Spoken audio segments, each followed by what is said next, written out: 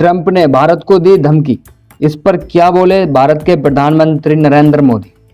करीब 6 साल पहले की बात है कि राष्ट्रपति डोनाल्ड ट्रंप और प्रधानमंत्री नरेंद्र मोदी ह्यूस्टन में एक साथ खड़े थे और हाउडी मोदी में रैली में हजारों लोगों को संबोधित कर रहे थे। इस दौरान दोनों ने हाथ मिलाया और गले मिले, साझा मूल्य और वैश्विक पक्ष पर जोरदार भाषण दिया था। यह वह पल था जब जिसे भारत और अमेरिका की साझेदारी का शिखर माना जाता था, लेकिन अब यह एक भूला हुआ पुराना वक्त हो गया। ट्रंप के दूसरे कार्यकाल के 7 महीने बाद बीत चुके हैं और माहौल पूरा टकराव पर बदल चुका है। दोनों सहयोगी देश अब ट्रेड और वॉर की ओर बढ़ रहे हैं। ट्रंप ने पिछले हफ्ते भारत से आयात होने वाले सामान पर 25% टैरिफ लगाया, जिसे पहले से ही सख्त माना जा रहा है। लेकिन 4 अगस्त को ट्रंप ने भारत पर 25% और ज़्यादा टैरिफ लगाने की चेतावनी दी। इसके पीछे उन्होंने वजह बताई कि भारत बहुत अधिक मात्रा में रूसी तेल खरीदता है। ट्रंप का कहना है कि इससे यूक्रेन में चल रही जंग के लिए फंड मिल रहा है। कई पर्यवेक्षकों की हैरानी हुई है कि भारत ने ट्रंप के टैरिफ के बर्दाश्त नहीं किया, बल्कि कड़े शब्दों में जवाब देते हुए पलटवार किया। मोदी सरकार ने इसे पश्चिम का पाखंड बताया। सरकार ने तर्क कर दिया है कि जहां भारत रिफाइनरी जरूरत के हिसाब से बाजार आधारित फैसले कर रही, वहीं अमेरिका और यूरोपीय संघ के देश प्राकृतिक गैस और उर्वरकों से लेकर मशीनरी और धातुओं तक विभिन्न क्षेत्रों के रूस के व्यापार करते हैं। ट्रंप के टैरिफ से सोमवार को बाजारों में उथल पुथल देखी गई, वहीं मंगलवार को दूसरा झटका लगा। सीएनबी से बात होते हुए अमेरिकी राष्ट्रपति ट्रंप ने अगले 24 घंटों के अंदर टैरिफ बढ़ाने की धमकी दी। उसने कहा कि भारत एक अच्छा व्यापारिक साझेदारी नहीं रहा, वे हमारे साथ खूब व्यापार करता है, लेकिन हम उनके साथ व्यापार नहीं करते।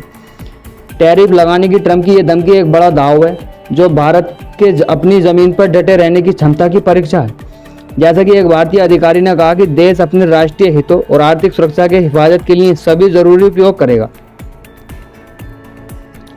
ट्रंप के दबाव बनाने का समय रणनीतिक वैश्विक चुनौतियों का सामना करते हुए स्थिर पर महंगाई दर बनाए रखते हुए भारत की अर्थव्यवस्था काफी अच्छा कर रही है, लेकिन विदेशी मुद्रा भंडार 645 अरब डॉलर से ज्यादा हो गया। रुपया स्थिर और भारत अब चीन को पीछे छोड़ते हुए अमेरिका का सबसे बड़ा स्मार्टफोन निर्यातक बन चुका है। लेकिन जानकारों का मानना है कि भारत की यह तेजी टैरिफ की जबरन वसूली के लिए उसे टारगेट बनाती है। अमेरिकी स्थित दक्षिण एशिया के जो विश्लेषक माइकल कुगलमैन का मानना है कि ट्रंप की चेतावनी कुछ हद तक व्यक्तिगत है। उन्होंने कहा कि ट्रंप भारत सरकार से खुश नहीं है, क्योंकि भारत का जो बर्ताव है व्यापार वार्ता में अमेरिका की सभी मांगों को मानने से इनकार कर दिया। कुगलमैन का मानना है कि ट्रंप की यह नाराजगी हाल ही में भारत पाकिस्तान संघर्ष रोकने में और ट्रंप को नहीं देने में, यानी कि जो भारत का युद्ध हुआ था पाकिस्तान से, उसमें जो ट्रंप ने रुकवाया था उसका श्रेय मोदी ने ट्रंप को नहीं दिया। इस पर ट्रंप नाराज हो गया। वो कहते हैं कि शायद यही है कि बजाय कि ट्रंप चीन और अन्य प्रमुख रूसी तेल खरीदारों की तुलना में भारत पर ज़्यादा निशाना साध रहा है। सच तो यह है कि रूस के साथ भारत का तेल व्यापार कोई छिपा हुआ मामला नहीं है। यह एक खुला और बाजार को देखते हुए किया गया है फैसला, जो यूक्रेन जंग से उपजे ऊर्जा संकट से प्रभावित है। भारतीय विदेश मंत्रालय ने कहा कि वैश्विक बाजार की स्थिति के कारण आयात एक जरूरत है। उन्होंने इस ओर इशारा किया कि यूरोपीय देश खुद रूसी व्यापार में गहरी पेट रख रहा। यह देश एक उभरता हुआ इस्पात और मशीनरी का आयात करते हैं। भारत बस वही कर रहा जो ऊर्जा लागत कम रखने और महंगाई दर को नियंत्रित करने के लिए जरूरी है।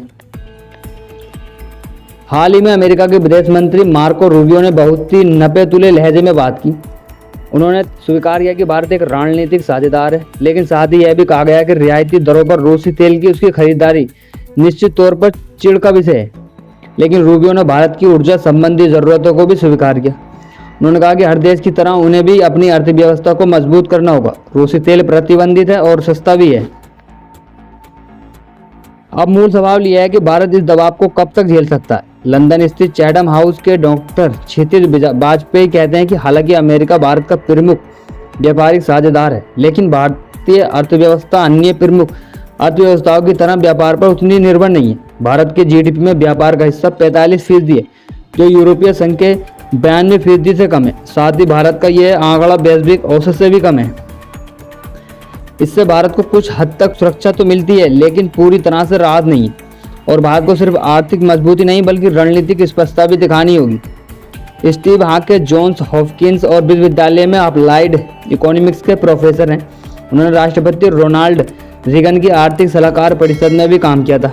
मैट सैकरके के साथ उनकी सबसे हालिया पुस्तक making money work how to rewrite the rules of our financial system है। वे कहते हैं कि राष्ट्रपति ट्रंप का व्यक्तिगत अस्थिर है, नतीजन वह सुबह आपसे हाथ मिला सकते हैं और रात में आपकी पीठ में छुरा घोंप सकते हैं। प्रोफेसर हाके का मानना है कि भारत को आवेश में आकर प्रतिक्रिया देने की बजाय नेपोलियन की पुरानी सलाह पर ध्यान देना चाहिए। अगर कोई दुश्मन खुद को बर्बाद कर रहा है तो उसमें दखल मत दो।